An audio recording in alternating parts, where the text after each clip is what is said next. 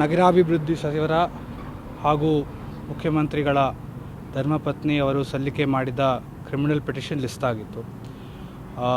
ಇಡಿ ಪ್ರಕರಣ ಹಾಗೂ ಸಮನ್ಸ್ ರದ್ದಾಗಬೇಕು ಅಂತ ಸುದೀರ್ಘವಾಗಿ ಹಿರಿಯ ವಕೀಲರಾದ ಸಿ ವಿ ನಾಗೇಶ್ ಅವರು, ಸಂದೇಶ್ ಚೌಟಾ ಅವರು ಹಾಗೂ ವಿಕ್ರಮ್ ಹುಲ್ಗೋಳ್ ಅವರು ಸುದೀರ್ಘವಾಗಿ ವಾದ ಮಂಡಿಸಿದ್ದಾರೆ.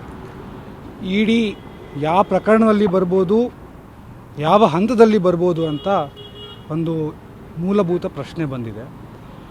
ಈ ಒಂದು ಪ್ರಕರಣದಲ್ಲಿ ಇಡಿ ಬರುವುದು ಸರಿನಾ ತಪ್ಪಾ ಅಂತ ನಾವು ವಾದ ಮಾಡಿಸಿದ್ವಿ. ಈ ಕೇಸಲ್ಲಿ ಇಡಿ ಬರುವುದು ಸರಿಯಲ್ಲ ಅಂತ, ಯಾಕೆ ಸರಿಯಲ್ಲ ಅಂತ ನಾವು ವಾದ ಮಾಡಿಸಿದ್ವಿ. ಮೊದಲನೇದಾಗಿ, ಒಂದು ಶೆಡ್ಯೂಲ್ಡ್ ಒಫೆನ್ಸ್ ಇದ್ದಾಗ, ಒಂದು ಎನ್ಕ್ವೈರಿ ನಡೀತಾ ಇದ್ದಾಗ ಲೋಕಾಯುಕ್ತದಿಂದ ಒಂದು ಪ್ಯಾರಲಲ್ ಎನ್ಕ್ವೈರಿ ನಡೀಬೋದಾ?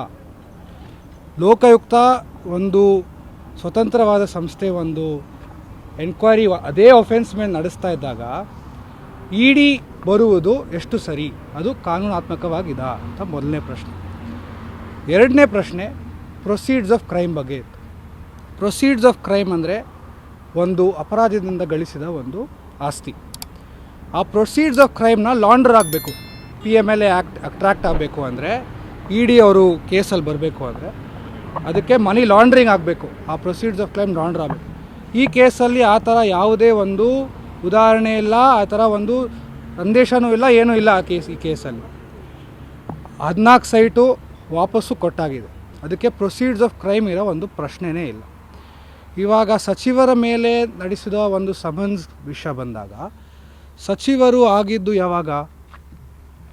2023 ಎಲ್ಲ ಅಲಿಗೇಷನ್ಸ್ ಇದ್ದಿದ್ದು 1998ಇಂದ 2021-2022 ಅಲಾಟ್ಮೆಂಟ್ವರೆಗೂ ಅಲಿಗೇಷನ್ಸ್ ಇತ್ತು, ಆರೋಪಗಳು ಬಂದಿದೆ. ಆದರೆ ಇವಾಗ ಸಚಿವರ ಕುಟುಂಬದ ವಿರುದ್ಧ, ಸಚಿವರ ತಾತ ಮುತ್ತಾತ ಅಜ್ಜಿ ಮಕ್ಕಳು ಮೊಮ್ಮಕ್ಕಳು ಎಲ್ಲ ವಿರುದ್ಧ ಏನೇನು ದಾಖಲಾತಿಗಳನ್ನ ಇಡಿ ಅವರು ಕೇಳಿದ್ದಾರೆ. ಸೊ ಅದು ಎಷ್ಟು ಸರಿ ಅಂತ ನಾವು ವಾದ ಮಾಡಿದ್ವಿ. ಇನ್ನೊಂದು, ಈಗಾಗಲೇ ನೀವೆಲ್ಲ ಗೊತ್ತಿದ್ದಂಗೆ ಅಲಾಟ್ಮೆಂಟ್ ಮಾಡಿರುವ ಕಮಿಷನರ್ ಆದ DB ನಟೇಶ್ ಅವರ ವಿರುದ್ಧ ಇದೇ ಇಡಿ ಪ್ರಕರಣ ಕ್ವಾಶ್ ಆಗಿದೆ. ಸೊ ಅದು ಜಜ್ಮೆಂಟಲ್ಲೂ ಇರುವ ಅಂಶಗಳನ್ನು ಸುದೀರ್ಘವಾಗಿ ವಾದ ಮಂಡಿಸಿದ್ದಾರೆ. ಇವಾಗ ಮುಂದಿನ ಕಾಲಾವಕಾಶ ಕೊಟ್ಟಿದ್ದಾರೆ. 20ನೇ ತಾರೀಕು ಒಂದು ಒಬ್ಜೆಕ್ಷನ್ ಹಾಕೋಕ್ಕೆ, ಅಡಿಷ್ನಲ್ ಸಾಲಿಸಿಟರ್ ಜನರಲ್ ಅವರಿಗೆ ಒಬ್ಜೆಕ್ಷನ್ ಹಾಕೋಕ್ಕೆ ಒಂದು ಕಾಲಾವಕಾಶ ಕೊಟ್ಟಿದ್ದಾರೆ. ನಾವು ಮತ್ತೆ 20ನೇ ತಾರೀಕು ಇಲ್ಲಿ ಬಂದ್ಬಿಟ್ಟು ವಾದ ಮಂಡಿಸ್ತೀವಿ. ಈಗ ಕೇಸ್ ಕೋರ್ಟ್ ಅಲ್ಲಿ ಇರುವುದರಿಂದ ನಾವು ಹೆಚ್ಚು ಅದ್ರ ಬಗ್ಗೆ ಮಾತಾಡೋಕ್ಕಾಗಲ್ಲ. ನನ್ನ ಹೆಸರು ಸಮೃದ್ಧ ಹೆಗಡೆ ಅಂತ, ಅಡ್ವೊಕೇಟ್ ಆನ್ ರೆಕಾರ್ಡು ಕಾರ್ತಿಕ್ ಅವರು ಮತ್ತು ಪ್ರವೀಣ್ ಕಾಮತ್ ಅವರು.